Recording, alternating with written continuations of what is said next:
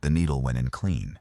Dara felt the cold thread of it slide under the skin of her inner elbow and thought, briefly, of her mother's kitchen. The way light came through the window above the sink every morning, the smell of cardamom and burnt toast. She thought of the hospital bed she'd left 3 weeks ago, the attending's face when he delivered the scan results, the particular silence of a room where everyone already knows. She thought of her daughter's voice on the phone, high and tight and trying so hard not to crack. Then the consortium representative, the one in the pale gray coat who had not given his name, who smelled faintly of something antiseptic and wrong, pressed the plunger, and Dara stopped thinking about anything at all. She woke in a room she did not recognize. The ceiling was pale concrete, unblemished, lit from above by strips of cold white light that cast no shadows she could identify. She was lying on a cot. The cot had a thin mattress and a single gray blanket folded at her feet. There was a small table bolted to the wall beside the cot, and on it sat a paper cup of water, a foil packet of crackers, and nothing else. She sat up slowly, waiting for the vertigo she had learned to expect. It didn't come. She sat all the way up and swung her legs over the edge of the cot and noticed, in a dim and distant way, that she had done that without gripping the mattress edge, without bracing. She had just swung her legs over, the way people did who had never had a reason not to. Dara pressed her fingers to the inside of her arm. The needle site was gone. No bruise, no tenderness, no small raised bump. The skin was smooth. She was wearing a gray jumpsuit, loose, the kind of utilitarian garment that belongs to no one and costs nothing. Her own clothes, the jeans she'd put on that morning, the soft flannel shirt that had been Marcus's before it was hers, were gone. Her phone was gone. Her watch, which had belonged to her grandmother, and which she never removed, was gone. The room was perhaps 4 meters by 4 meters. The walls were bare concrete. The door was steel, with a single narrow glass panel at eye height. Through it she could see a corridor. Fluorescent light, nothing moving. She crossed to the door and tried the handle. Locked. She pressed her forehead to the cold glass and looked left and right. The corridor was empty in both directions. No guards. No cameras she could see, though she suspected cameras were everywhere she couldn't see. "Good morning," said a voice. She turned.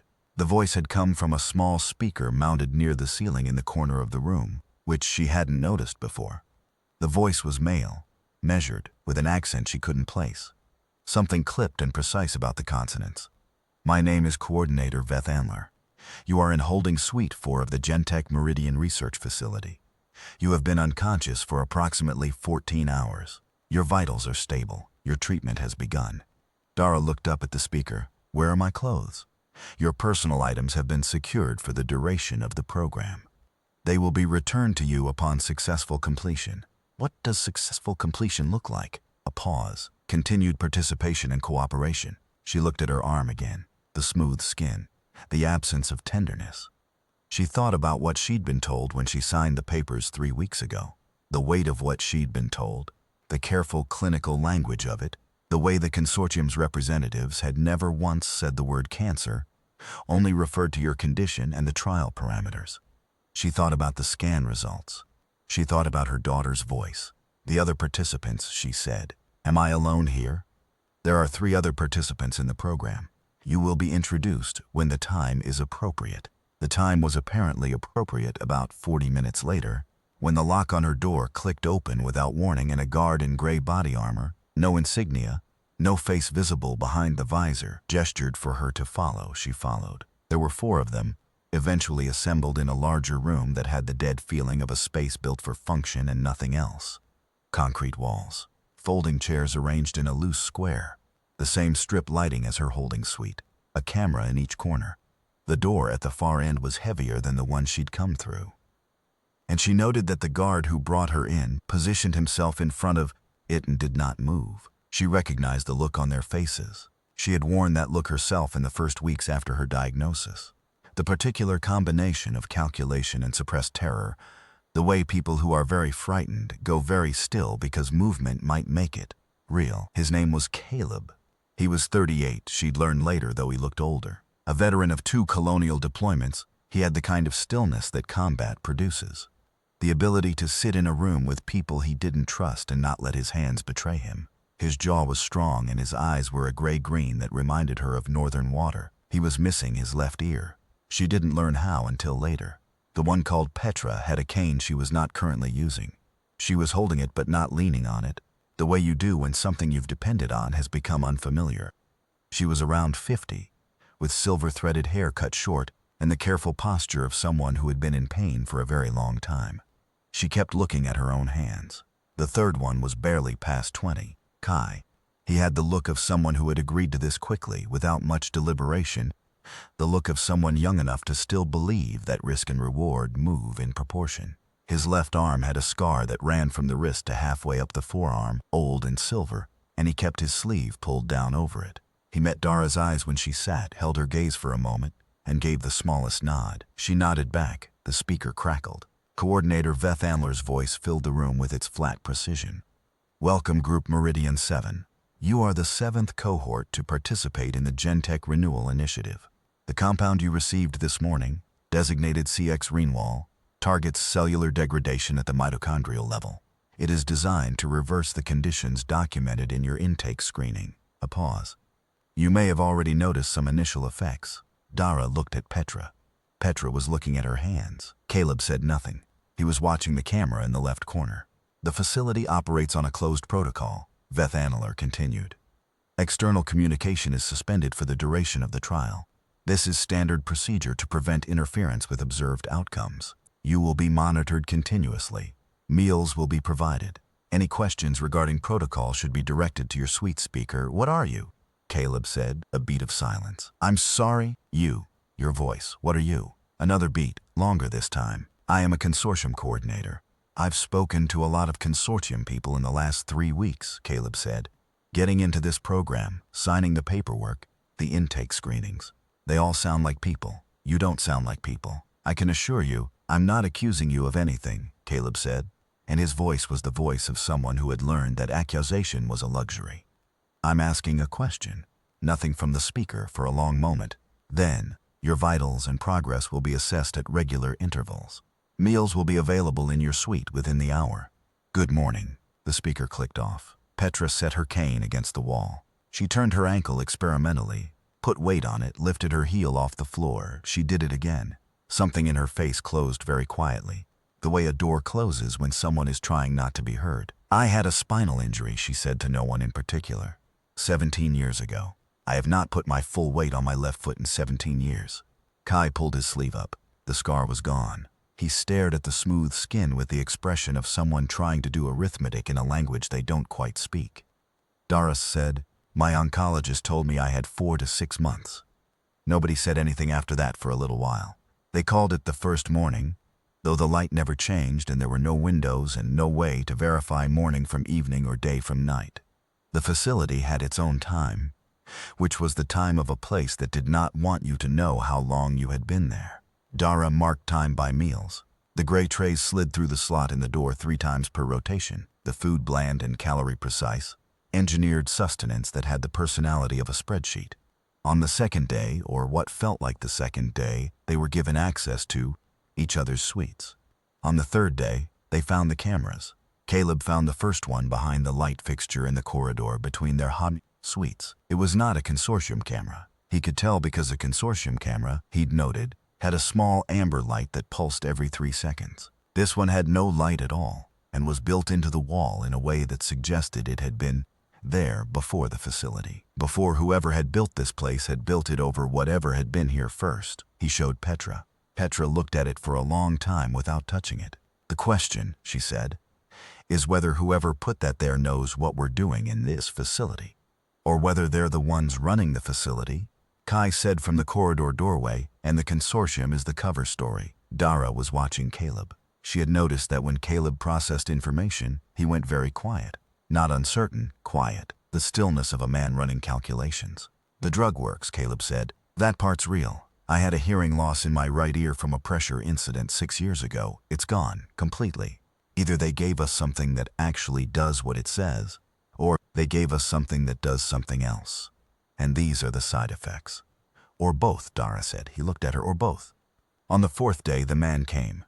He came through the heavy door at the end of the corridor, the one the guard always stood in front of, at a time when the guard was not there. He was not wearing body armor. He was wearing the same gray jumpsuit they all wore, and he was moving the way people move when they are either very calm or very injured or both. He was tall, with close-cropped hair and a face that carried its age without complaint, and he looked at them the way someone looks when they have been watching you for a while and have made a decision. "My name is Reese," he said. "I work in building maintenance for this facility. Which is to say that for the last 6 months I've been maintaining their infrastructure, and in doing that I've been reading their systems." "For the consortium," Caleb said. It was not entirely a question. "I thought it was the consortium," Reese said. "I want to be clear about what I mean when I say that. I thought I was working for a pharmaceutical company with aggressive security protocols, the kind of company that pays well and asks questions later. I've worked for companies like that, and it's not that." Reese pulled a chair from the wall and sat. He sat like a man who has recently recalibrated his understanding of what he has been part of. "There are 6 sublevels beneath this facility," he said. "The consortium uses the top 3. Someone else uses the bottom 3. "Who?" said Dara. "I don't know the word for what they are," Reese said. "I have footage. I have schematics. I have been trying to find a word for 8 weeks. He looked at his hands. "They're not people." The silence in the room had a new texture after that. Kai said, "Are they the ones who made the drug?" Reese looked at him steadily. "The drug exists because of something they extracted from human subjects in the lower 3 sublevels. The consortium is a distribution mechanism, a front. They find people with conditions that are verifiable, terminal, the kind that make you ready to sign papers and stop asking questions, and they bring them here. The compound does what it says. It does exactly what it says. But," said Caleb, "but it has a shelf life. The repair is real and it's not. The cellular correction happens at a rate the compound controls, and when the compound runs out..." He paused. He was not being theatrical. He was choosing words for something that did not have words yet. The cells that were corrected revert, but they revert wrong. The degradation accelerates. The tissue becomes... Another pause. "They've been running iterations of this for 2 years. The early subjects from the first 4 cohorts are in sublevel 4. Petra said, very quietly, "Alive?" After a fashion. The room was very still. Dara could hear the ventilation system. She thought about the word shelf life. She thought about the scan results and the way her oncologist had used clinical language, because there is no good language for what he was telling her. She thought about the 4 to 6 months and what had come after it, the particular kind of arithmetic you do when the numbers are time and you are spending it. "We need to get out," Kai said. "The facility locks down in approximately 16 hours, Reese said. "That's when the next assessment cycle begins. During assessment, they move participants to the evaluation suite on sublevel 2, which puts you in proximity to the elevator systems. The access window is small, but it exists." "Why are you telling us this?" Caleb said. Reese looked at him. "Because I found what they did with the others, cohorts 1 through 6. He didn't elaborate. He didn't need to. "And the cameras," Caleb said. "The ones that aren't consortium." Reese's expression didn't change. "They're watching us right now." "They're always watching," Dara said. "No," Reese said. "I mean specifically right now. This conversation. Whatever is on sublevel 4, it's been awake for the last 3 days, and it's paying attention." That was the moment, Dara would think later, when the nature of the thing they were in shifted. Not when she woke in the holding suite. Not when Coordinator Veth Andler's voice had said what it said with those inhuman consonants. Not even when Reese had told them about the sublevels. It was that. They're watching us right now.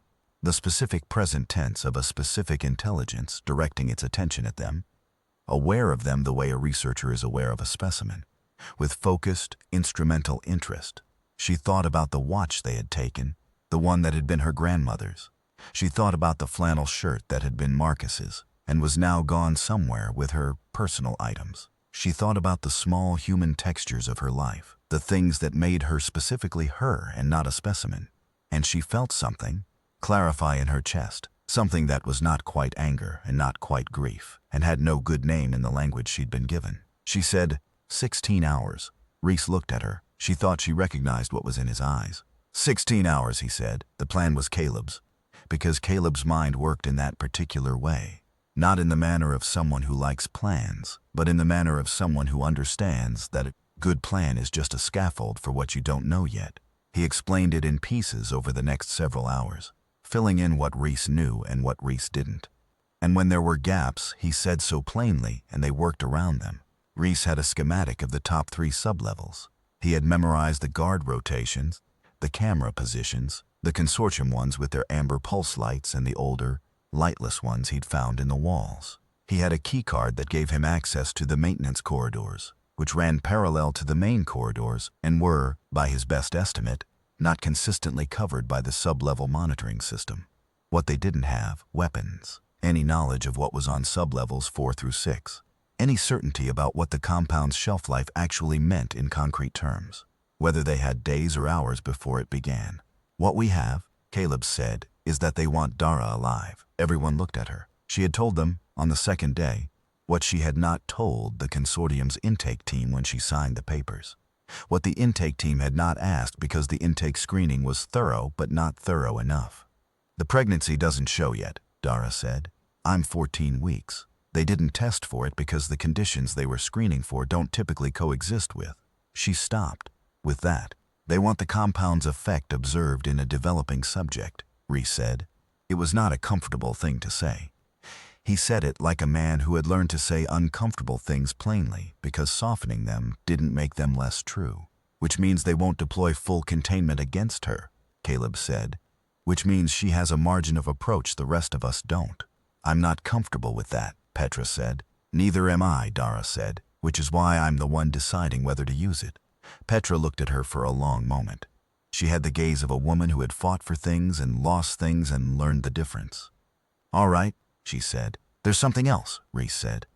He looked at the camera in the corner, the old, lightless one. What's on sub-level 4? The early cohorts. He seemed to be choosing what to say with great care. They're not incapacitated. They're changed.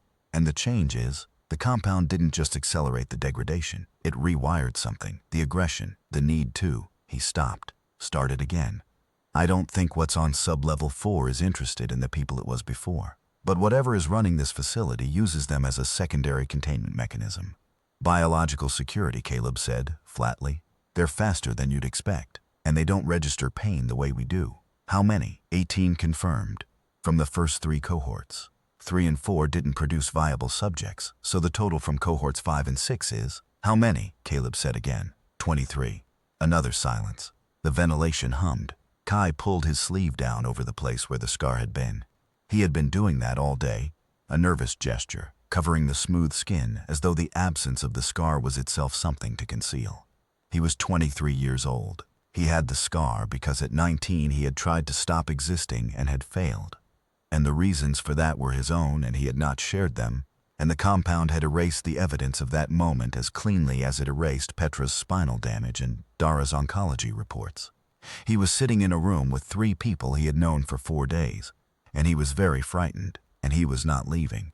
I can help with the maintenance corridor access, he said. I used to do tech work. I'm not as good as I'll say I am, but I'm good enough for what you need. Reese looked at him. Something in Reese's expression shifted slightly. I'll take it, he said. They did not sleep. There was nothing to sleep for. In a place where the light did not change and the walls were always the same temperature, and the hours moved without announcing themselves.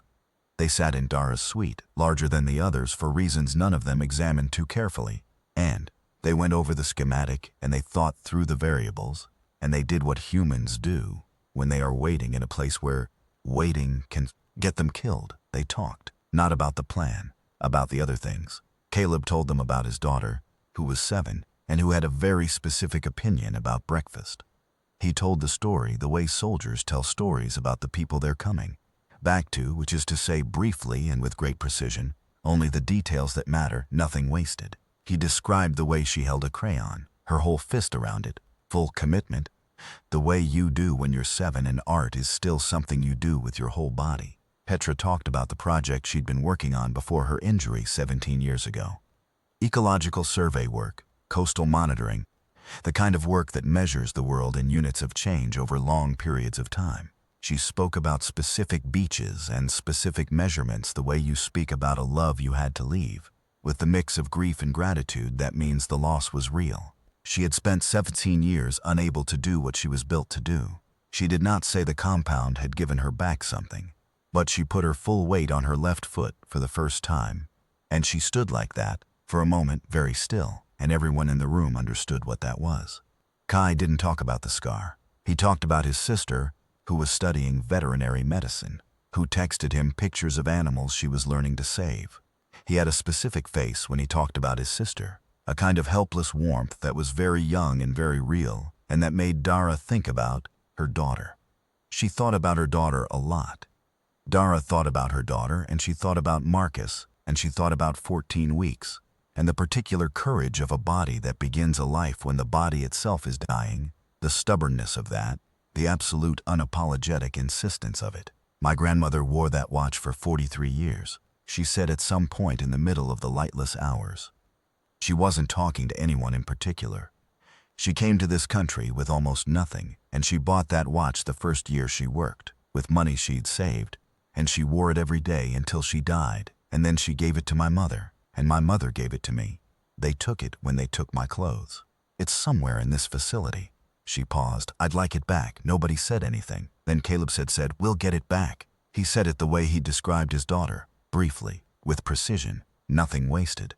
The assessment cycle began with an alert tone, 3 clean notes, descending, at what Reese had estimated would be the 16-hour mark. It was exactly the 16-hour mark. He noted this with the quiet attention of someone who has learned that the systems of an adversary are informative, that their precision is data. Guards came for each of them separately. Same gray body armor, same visors, no insignia, no faces. 4 guards, 1 per subject, plus Reese with his maintenance clearance and his key card, and the particular air of a man who belongs in a corridor, when he does not belong in a corridor. The evaluation suite was on sub-level 2, as Reese had said. The elevator to get there passed through the maintenance level, and there was a window. 2 minutes, perhaps less, when the guard's visual coverage had a gap, and Kai had spent 3 hours working on that gap with tools he'd cannibalized from the light fixture in his holding suite. And when the elevator passed the maintenance level, the gap was there, and it was long enough. What happened next was not clean. It was not the kind of action that happens in straight lines, where one thing leads to another in the order that was planned. It was the kind that happens in a space too small for the number of people in it, with variables that don't announce themselves, where the plan is a starting point, and everything after is response. Caleb took the first guard's arm at the elbow and the visor at the hinge simultaneously, with the efficiency of someone who has learned that efficiency is the only courtesy violence allows. The guard went down and Caleb had the sidearm before the guard's knees hit the floor. Petra hit the second guard with her cane. She hit him once, very hard, in the throat, with the precision of someone who had been carrying a weapon for 17 years and had always known it was a weapon and had never wanted to use it as one. The guard went sideways into the wall. Kai got the elevator panel open in 1:40. Reese kept watch in the maintenance corridor. Dara stood in the intersection between the main corridor and the maintenance access door and thought about the cameras, Paul Tolzing amber ones and the silent dark ones, and about what was watching on the silent dark ones and what it would do with what it saw. The elevator panel gave them access to the shaft controls. The shaft controls Reese had established were on the same system as the door locks, not by design, by the kind of lazy infrastructure integration that happens when a facility is built in, layers by different hands over time. The consortium's overlay sat on top of the older system but used its bones, and the bones were accessible if you knew where to look. Kai looked. He found. I can get the external door on the northeast side, he said. His voice was steady. His hands were not quite, but his hands weren't working the panel, his mind was. Ground level. I can't hold it long. How long? Caleb said. 4 minutes, maybe 5. Northeast is the loading dock, Reese said. There's a service road. It goes about half a kilometer before it connects to the provincial road. After that, you're in open country. Northeast is also the direction of sub-level 4 access, said Petra. Nobody moved for a moment. The alert tone, 3 descending notes sounded again, twice this time, different interval. That's a breach acknowledgement, Reese said. They know we're not in the evaluation suite. How long before response? Caleb said. Minutes less. Do it, Dara said to Kai. He did it. The facility did something when he did it. The lights changed. Not off, not emergency red, something subtler. A half-step warmer that was more unsettling than any alarm would have been. The ventilation shifted pitch, and somewhere below them, through the concrete and rebar and the 3 sub-levels of the consortium's infrastructure, something moved. Dara felt it more than heard it. A change in the building's ambient vibration, the way you feel the difference between an empty room and a room with people in it before you can see the people. Go, Caleb said. They went. The maintenance corridor ran northeast, which Reese had known, and which none of them had pointed out, because there was no version of this plan that didn't run northeast. The corridor was narrow and the light was bad, and Reese led because Reese knew where the corridor went, and Caleb brought up the rear because Caleb knew what might be coming from behind. Dara ran and thought about nothing but running. This was a gift she had not known she had, the ability to go empty when the situation required it. She had learned it from Marcus, who had taught her to move through fear by moving through fear, which sounds circular because it is. She ran, and she did not think about her daughter or the compound or the shelf life or any of it. She thought about her feet on the concrete floor, and she ran. Petra ran. She ran on a spine that had been wrong for 17 years and was now wrong in a different way, wrong in the sense of being unfamiliar, and she ran like someone making friends with a body they'd been given back, imperfectly but with determination. They heard sub-level 4 before they reached the intersection. The sound was not like anything with a good name.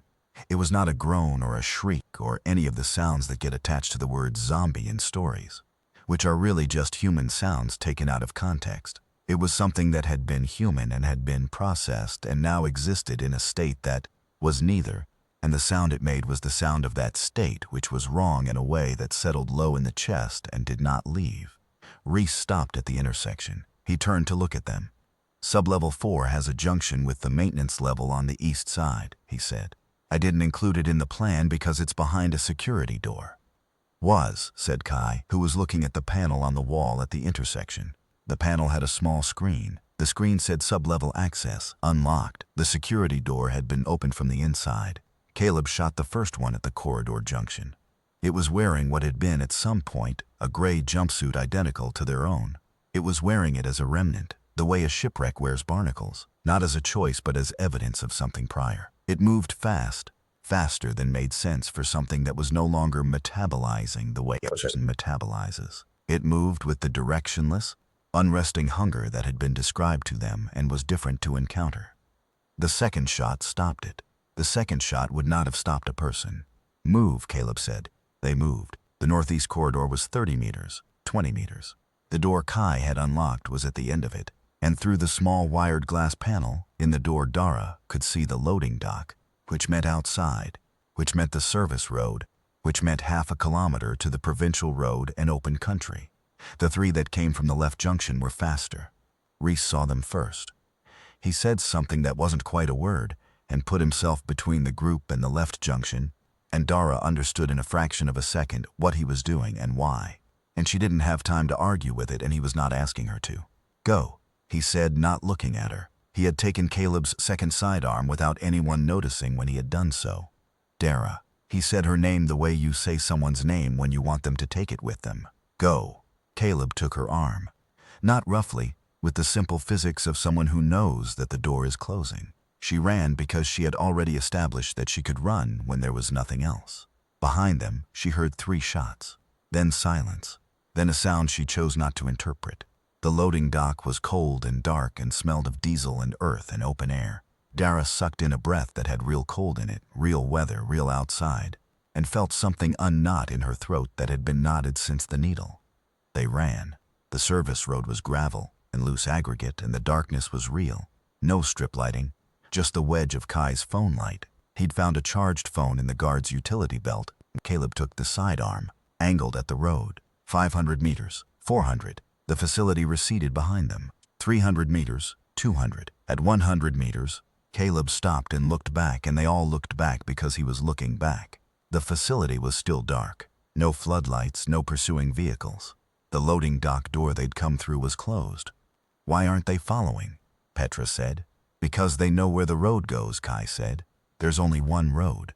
Or they're not the consortium anymore, Dara said. She was looking at the facility, at the sub-level access that was now unlocked, at the 3 sub-levels below the consortium's 3 sub-levels, at the thing that had been watching them with its dark cameras and its precise inhuman voice and its careful documentation of what they were. We have to assume they can track us, Caleb said. The compound, there may be a monitoring element we don't know about. They can track us, Dara said. She looked at her arm, the smooth skin, the absence of the needle site. They know exactly where we are, so they don't need to chase us, Petra said. They were never going to stop us leaving, Dara said. We were always going to leave.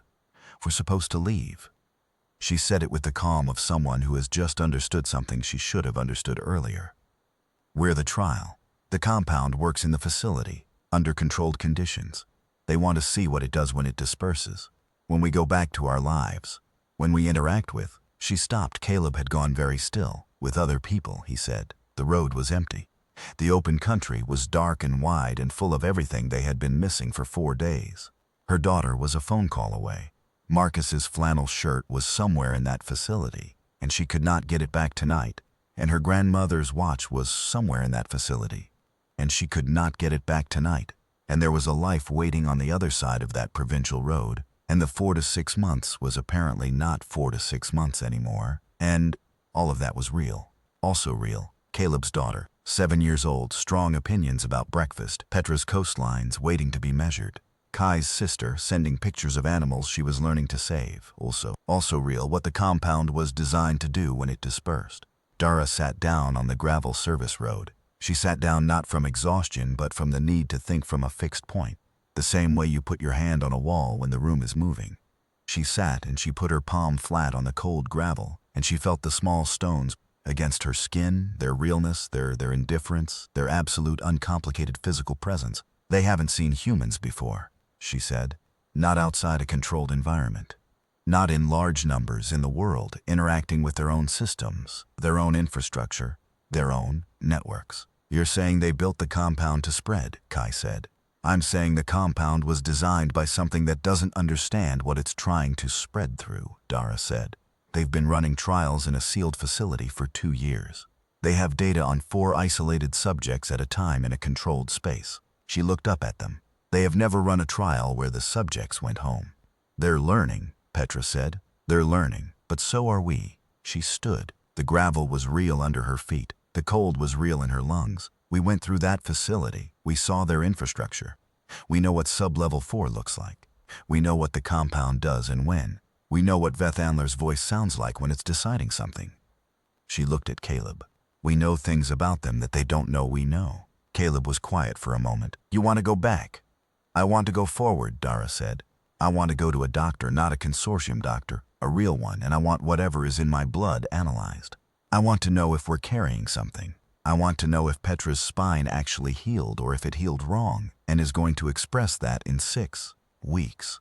She paused. I want to know if my daughter is safe. And then, Caleb said, and then we go back, she said, but properly. With people who know what they're doing, with information. She looked at the facility, still dark in the middle distance, still watching them with its cameras. They designed this as a one-way experiment.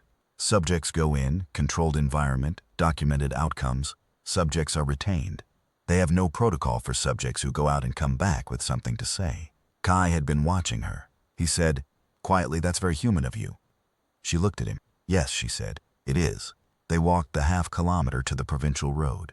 They did not talk, because the quiet of the open country after the facility's perpetual ventilation hum was something they each needed to be inside. Without sharing, the private animal relief of air that tasted like weather and not like recycled systems. At the provincial road, they stopped and Kai checked the phone they'd taken. Kai had a good memory for numbers. The kind that doesn't announce itself as unusual but just does what it does. And he dialed from memory the number of a friend who would not ask questions about why he was standing on a provincial road at what appeared to be 3 in the morning in the middle of nowhere, and who would come. The friend came. What followed was 3 weeks of the most intense work Dara had done in her life, which is saying something because she had a daughter and had built a career and had been dying and had decided to stop.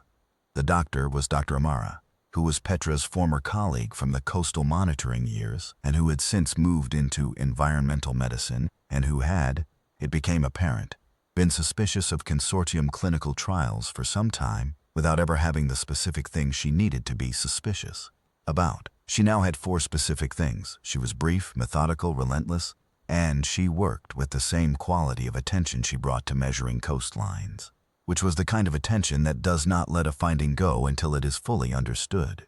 The compound was in all 4 of them. Stable, she said, using the word the way you use a word when you mean it carefully. Currently stable. The cellular repair was genuine and persistent. The mechanism she didn't fully understand, and the honest response to not fully understanding a mechanism was to say so and continue working. There was no evidence of a transmissible element. Not in their blood, not in their proximity contacts. not in any of the environments they had been in since leaving the facility. Whatever the compound was intended to do in the broader population, it was either not yet active or required a different delivery mechanism than ambient exposure. "That's the good news," she said. "Tell me the bad news the same way," Caleb said. "The compound interacts with something genetic, something in the baseline human genome that the people who designed it clearly mapped before they began. They weren't experimenting to see if it would work. They were verifying dosage in a species they already understood." She paused. "It's not a cure in the sense of treating pathology. It's a reprogramming. They mapped our biology, designed something precise enough to interact with it at the mitochondrial level, and wrapped it in a delivery mechanism designed to look like medicine." "Why?" Petra said. Dr. Amara looked at her screen for a moment. "I've been thinking about that since the first analysis came back. Why invest this level of precision in something that produces subjects you then use as biological security? It's wasteful, unless the subjects aren't the product." "The data is the product," Dara said.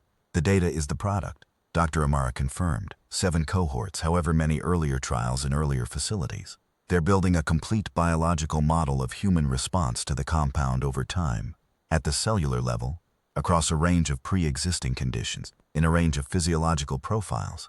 The early cohort's transformation, the sub-level 4 subjects, that's not a failure state. That's a data state. They want to know what happens when the compound fully expresses. The room was quiet for a moment. Caleb said, "What do they do with a complete biological model?" Nobody answered immediately. Dara said, "Whatever they're planning to do with us, they need to understand us first." She was thinking about the facility, about the cameras, the consortium ones with their amber pulse and the old ones, the dark ones, which had been there before the consortium, and which had been watching them from the beginning. She was thinking about Veth Andler's voice and the way it paused when Caleb asked, "What are you?" She was thinking about 7 cohorts and earlier facilities, which meant this had been running longer than anyone in that room had been diagnosed. "They've been here a long time," she said. "Long enough to build a front company and infiltrate pharmaceutical systems and run medical trials with full regulatory documentation." She paused. "But they needed the trials, which means they didn't have the data, which means they couldn't do what they wanted to do without it, which means we can make that harder," Kai said. She looked at him. "They think we left," he said. "They think we're dispersing into the population, which is what they wanted. But we didn't disperse. We came here. We're talking to Dr. Amara. We're building a model of what they are instead of them building a model of us." He was 23 and he was very frightened and he was in it completely. "If they need the data to proceed, we stop the data." The plan that came out of the 3 weeks that followed was Petra's. Because Petra's mind worked in the language of systems and long-time horizons, which is what ecological monitoring gives you if you do it long enough. She thought about the facility not as a contained site, but as a node in a network. And she thought about networks the way she thought about coastal erosion, which is to say, you do not stop a coastline from changing by standing in the water. You identify the systems that drive the change, and you introduce counter pressures at the points where counter pressure has effect. What they knew, the consortium was a front, which meant there were other fronts, and the fronts had a structure, and the structure had points where it interfaced with human regulatory systems, and those points were documented somewhere, which meant they were findable. What they had, Dr. Amara's analysis, Reese's schematics, which Dara had memorized and could reproduce, the guard's phone with its contact lists, which Kai had been quietly mining for a week, and 4 people who had been inside a Gentech Meridian research facility and come back. What they needed, people who would listen without requiring explanation of the parts that would sound impossible. There are, it turns out, more of those people than you'd expect. Not many, not enough, but enough to begin. The first contact was a former regulatory inspector who had flagged 3 consortium facilities in 5 years and been quietly transferred to a desk assignment each time. She listened to Petra for 4 hours and asked 17 questions and at the end said, "What do you need from me?" She said it the way you say it when you already know you're going to do it. She said it the way Reese had said go without looking at Dara, with the specific human quality of deciding that some things are worth the cost. The second contact was a network engineer who had worked on facility infrastructure in the same region as Meridian. He had noticed certain specifications in his contracts that didn't match any civilian or government build standard he was familiar with. He had documented them, privately, because he was the kind of person who documents things, and he brought out the documentation and sat with Caleb for 2 days going through it. The third contact was Kai's sister. She was a veterinary student, which meant she understood tissue and cellular biology at a level that was immediately useful and that nobody had expected.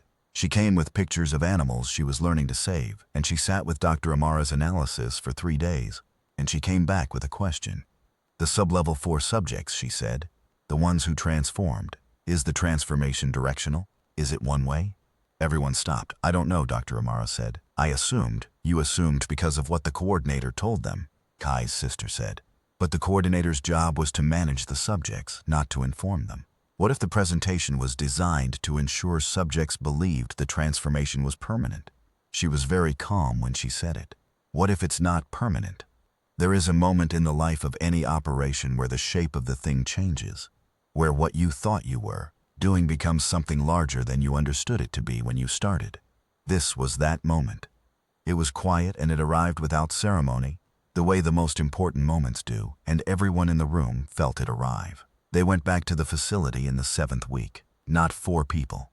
Not in the dark with a maintenance keycard and 2 sidearms and a plan built on a 16-hour window. They went back with 12 people. Dara, Caleb, Petra, Kai, Dr. Amara, Kai's sister, the regulatory inspector, the network engineer, and 4 others who had been found in the weeks between, who each brought something the others didn't have.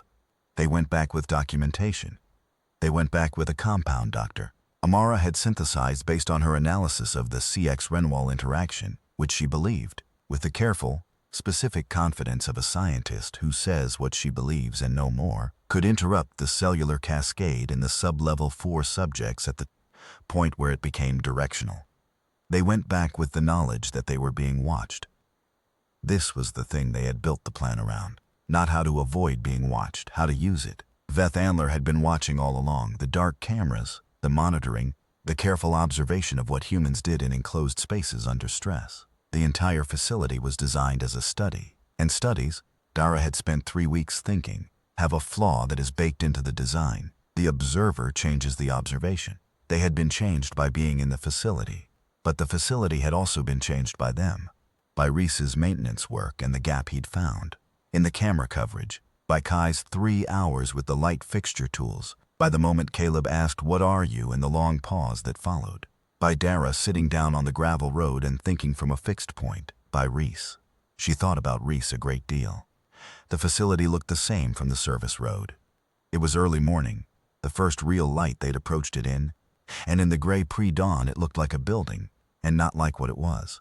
She thought about the bodies that had been in it before them, cohorts 1 through 6, the early subjects, the ones in sub-level 4. And she thought about Kai's sister's question, the one nobody had thought to ask because they'd been told the answer so definitively. Is the transformation directional? Dr. Amara's compound had a name they'd given it informally, the conversation, because what it did in theory was not reverse the transformation but re-establish a channel, a cellular back and forth that the CX-Renewal cascade had cut. The idea was that the transformation happened because something in the compound, something intentional, had severed the cellular feedback mechanism that told human tissue how to be human tissue. If you re-establish the channel, the tissue had its own information. The tissue remembered. The thing about human tissue which Kai's sister had observed with the precision of someone who studies living systems is that it is stubborn.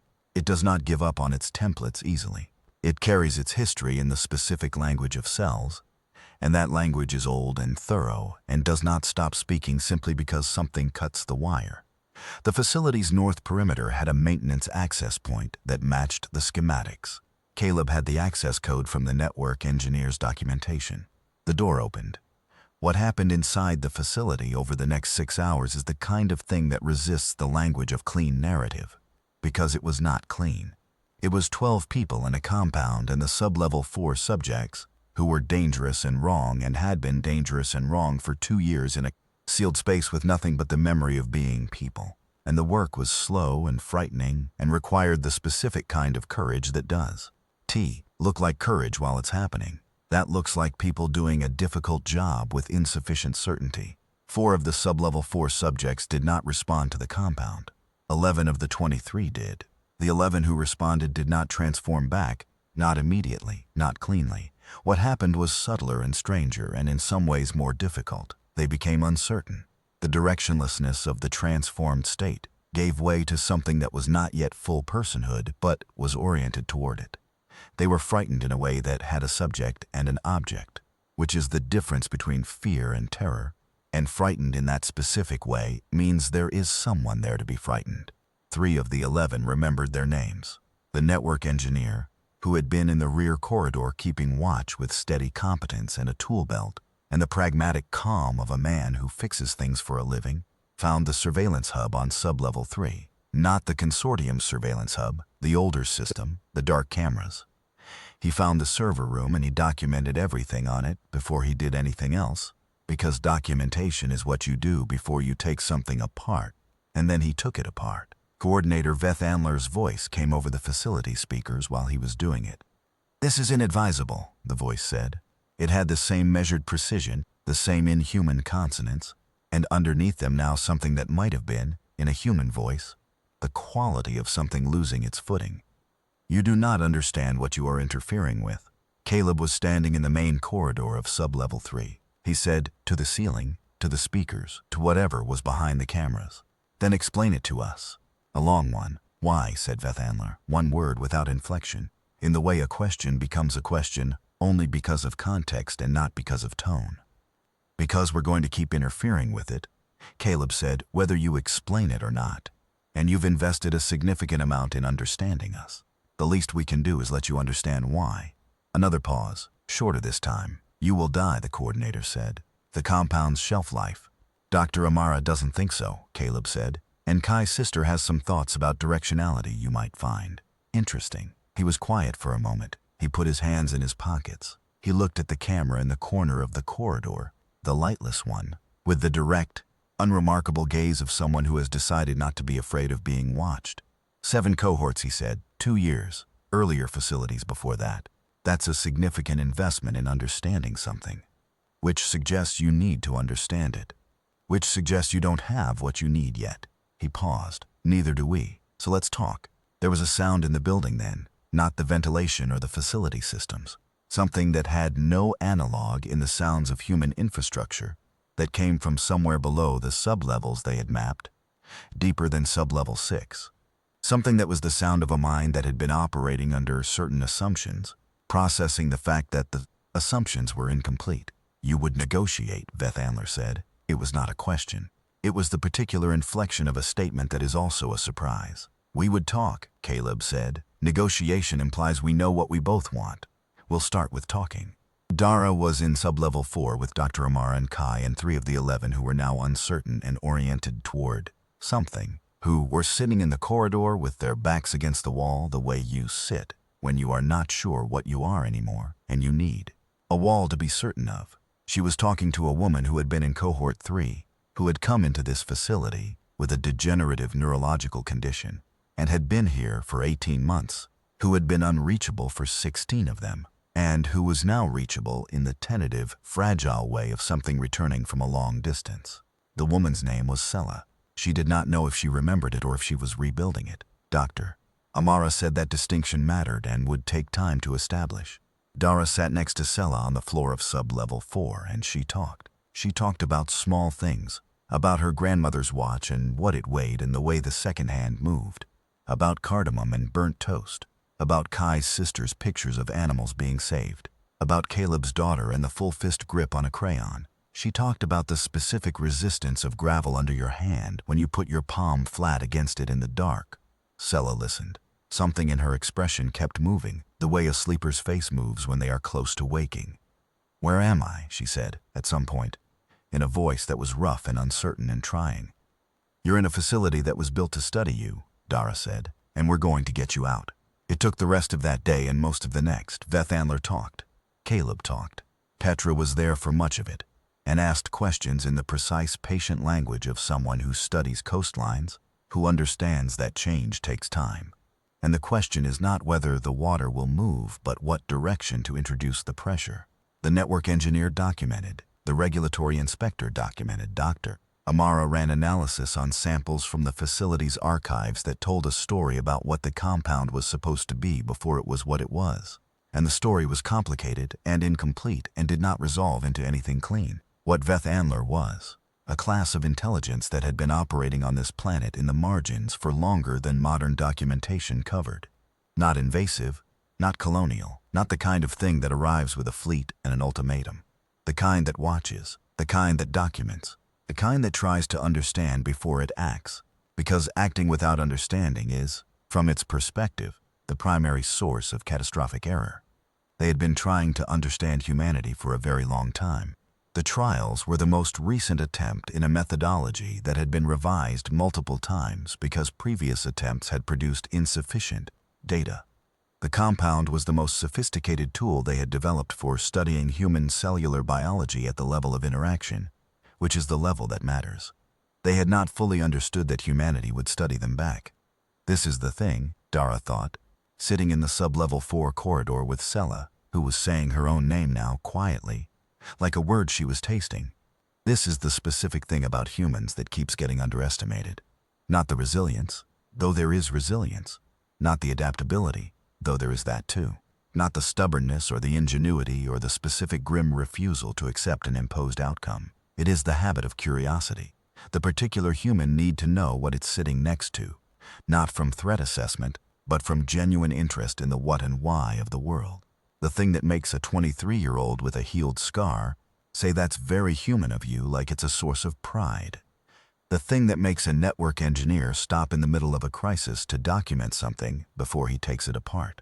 Veth Anler had studied humans for 2 years in controlled conditions. It had produced a compound that interacted with human biology with extraordinary precision. It had built a facility and a front company and a methodology. It had not anticipated that the humans would sit down on a gravel road and think. The agreement that came out of the 2 days of conversation was not an agreement in any formal sense. It was more like an acknowledgement of position, both positions clearly stated, with the specific items of overlap noted and the specific items of conflict also noted. Because pretending the conflicts didn't exist would have produced something fragile, and neither party was interested in fragile. What the entity wanted, data. A complete biological model, understanding of the specific human cellular mechanism it had been studying. What the humans wanted. The facility subjects returned to a state that allowed informed choice about whether to continue the program. The compound's composition fully disclosed. The consortium front dismantled or transparently restructured with human regulatory involvement. A protocol for what happened if either party violated the terms of the acknowledgement. The coordinator's hesitation when Caleb first proposed the protocol was telling. The idea of a violation response protocol implies that the other party has the capacity to enforce it. They had not expected enforcement to be on the table. "We're not negotiating from strength," Petra told the coordinator directly, because Petra had studied erosion and understood that being clear about limitations was not weakness. "We're negotiating from information. You've spent 2 years learning our biology. We've spent 7 weeks learning yours. That's a difference in depth, not in kind. And we have something you don't have, which is the reason you've been running trials in the first place." "What is that?" said Veth Anler. "Time," Petra said.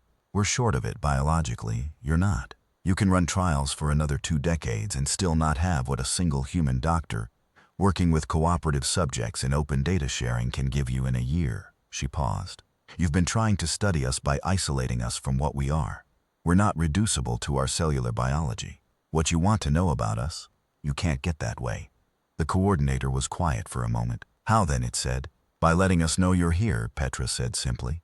"By being present in the data, not behind it." The facility was quieter on the morning of the 3rd day. Not the quiet of a controlled environment. The other kind of quiet. The one that happens when something is thinking. Dara found her grandmother's watch in a storage room on sub-level 1, in a box with the other confiscated items from the current cohort. She clipped it to her wrist and felt the weight of it settle and stood there for a moment in the storage room with her hand over the watch face. Her daughter's phone rang 3 times before she picked up. Her daughter's voice was high and tight and trying very hard, and then it broke and Dara stood in the storage room with her grandmother's watch on her wrist and her hand over her mouth and let it break, let it fully break, because it had been a long time since she'd had the space for it to. She said when she could. "I'm all right. I'm coming home." She went to find Caleb. He was in the main corridor of sublevel 3, sitting on the floor with his back against the wall, looking at a photograph on the guard's phone. His daughter, someone's birthday, a full fist grip on a crayon. He heard Dara coming and didn't put the phone away. "How'd it go?" he said. She sat next to him. She cried for about 10 minutes. "That sounds right. And then she told me I missed her science fair project and I have to see the video." He looked at the photograph a moment longer. "My daughter made a volcano," he said, "the science fair kind. Baking soda and vinegar." She was very serious about it. Dara thought about baking soda and vinegar and a 7-year-old being very serious about a volcano, and she felt something in her chest that was not grief and not relief, but the specific emotion that has no name in any language she knew, the one that is the weight of everything you almost lost pressed against the weight of everything that remained. "We should go home," she said. "Yes," he said. He stood and offered her his hand and she took it, and they stood in the corridor of a facility that had been built to contain them, and neither of them looked at the camera in the corner because there was no need to look at it anymore. It was not over.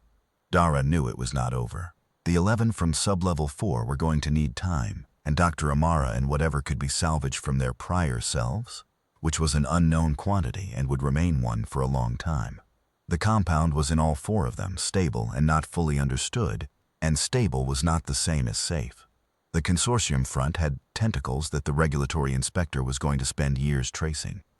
The entity Veth Anlar had called itself a coordinator, which meant there were other things it coordinated for, and the nature of those things was not established. None of this was over. But Sela had said her name. Sela had said her name, and then she had asked what month it was, and when she was told, she had gone very quiet and done some arithmetic, and then she had said quietly that she had a brother who didn't know where she was. Kai had given her the phone. The brother had answered on the second ring. Petra, walking out of the facility into the cold morning air, had stood at the loading dock and looked at the sky, which was cloudless and very blue and full of the specific high light that comes in early autumn, when the air has been scrubbed clean by the first cold of the season. She had stood there for a long time, breathing it. Then she had called her department head, who had been trying to reach her for 3 weeks, and she had said she was ready to go back to work. She had something she needed to measure. Kai walked out beside her. He pulled his sleeve up and looked at the smooth skin of his forearm, where the scar had been. He looked at it for a long time in the morning light. He pushed the sleeve back down, not to hide it, just because the morning was cold and his arm was warm.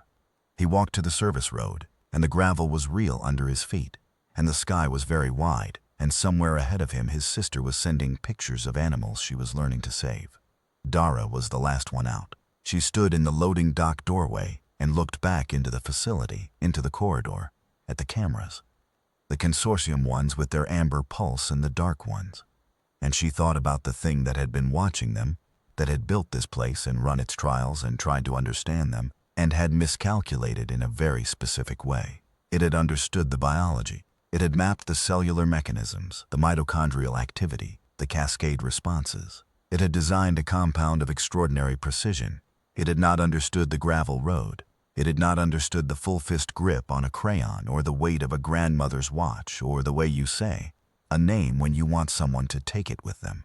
It had not understood that a body recovering from 17 years of pain runs not because it can, but because it needs to, because motion is a way of being certain of yourself. It had not understood that a 23-year-old who signed up for a medical trial because he didn't expect to be here anyway would stand in a corridor with 3 strangers and decide to stay. It had not understood that when you take everything from people, their clothes, their phones, their watches, the small proofs of their particular existence, what you are left with is not a specimen. You are left with someone who has nothing left to lose and everything left to be. Dara looked at the cameras for a moment, at the dark one in the corner. Then she turned and walked out into the morning. The watch ticked against her wrist.